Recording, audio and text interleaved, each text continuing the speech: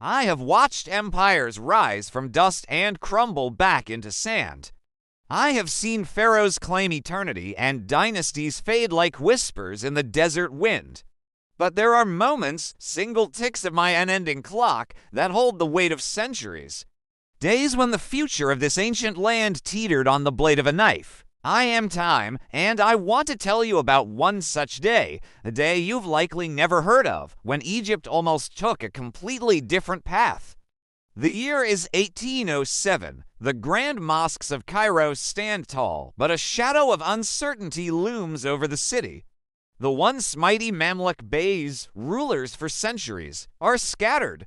Napoleon's invasion has come and gone, leaving a power vacuum in its wake. And in this chaos, a new force has risen. An ambitious Albanian officer in the Ottoman army named Muhammad Ali, he has skillfully played his hand, winning the support of the local scholars and the people of Cairo, who see him as a protector against the chaos.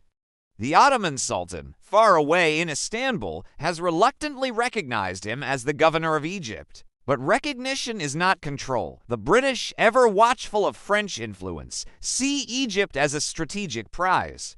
They believe Muhammad Ali is too independent, too powerful. They decide to intervene. From their base in Alexandria, a British force of 5,000 men, led by General Alexander Mackenzie Fraser, begins a march. Their objective, to capture the port city of Rosetta, control the Nile, and ultimately unseat Muhammad Ali. They are confident they have superior training, modern muskets, and the might of the British Empire behind them. They expect the local Egyptians, weary of conflict, to simply surrender.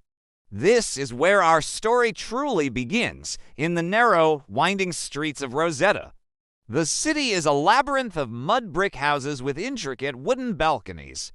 It's a merchant town known for its rice and dates, not for its military prowess. The British scouts report that the Ottoman garrison has fled. The city appears deserted. Fraser, feeling victory is already his, sends a vanguard of 2,000 soldiers into the city. They march in column after column, their red coats a stark contrast against the earthy tones of the buildings. The streets are eerily quiet. The only sound is the rhythmic thud of their boots on the dusty ground. Doors are shut, windows are barred. It feels less like a conquest and more like walking into a ghost town. The British soldiers, hot and thirsty under the Egyptian sun, begin to relax. They break ranks, some looking for water, others seeking shade. They see no enemy, no threat. They believe the locals have simply run and hidden. But they are wrong. They are not walking into an empty city. They are walking into a trap. The governor of Rosetta, a man named Ali Bey al-Seleniki, along with the city's leading citizens, has made a critical decision.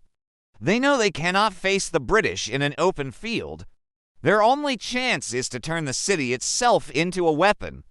They have not fled. They are waiting, hiding on rooftops, behind windows, in alleyways. Every citizen with a weapon, an old musket, a sword, a simple farming tool has become a soldier.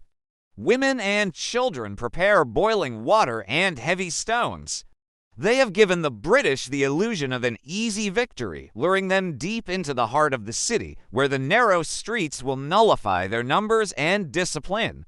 The British commander, confident in his position, enters the home of a local notable for rest, while his troops spread out. The minutes stretch on. The silence becomes heavy, charged with unspoken tension. Then, a single signal is given. I remember the exact moment the air split apart. From every window, every rooftop, every dark corner, the city erupts. Gunfire echoes through the narrow lanes, turning them into deadly funnels. Bricks, stones, and scalding water rain down from above. The British soldiers, caught completely by surprise, are thrown into chaos. They are trapped with no clear line of sight, no room to form battle lines. Their formations break, panic spreads like fire. What was meant to be a simple occupation becomes a desperate fight for survival. The battle rages for hours. The red-coated soldiers, once so proud and disciplined, are hunted down street by street, house by house.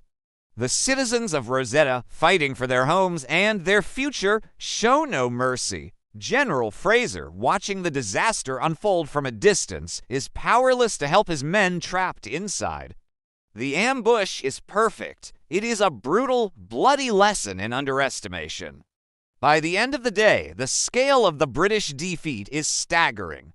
Nearly 1,000 of their soldiers are killed, wounded, or captured. The rest flee in a disorganized retreat back to Alexandria. The proud British expedition has been shattered, not by a professional army, but by the ordinary people of a small Egyptian city. This victory at Rosetta was the turning point. It wasn't just a military win.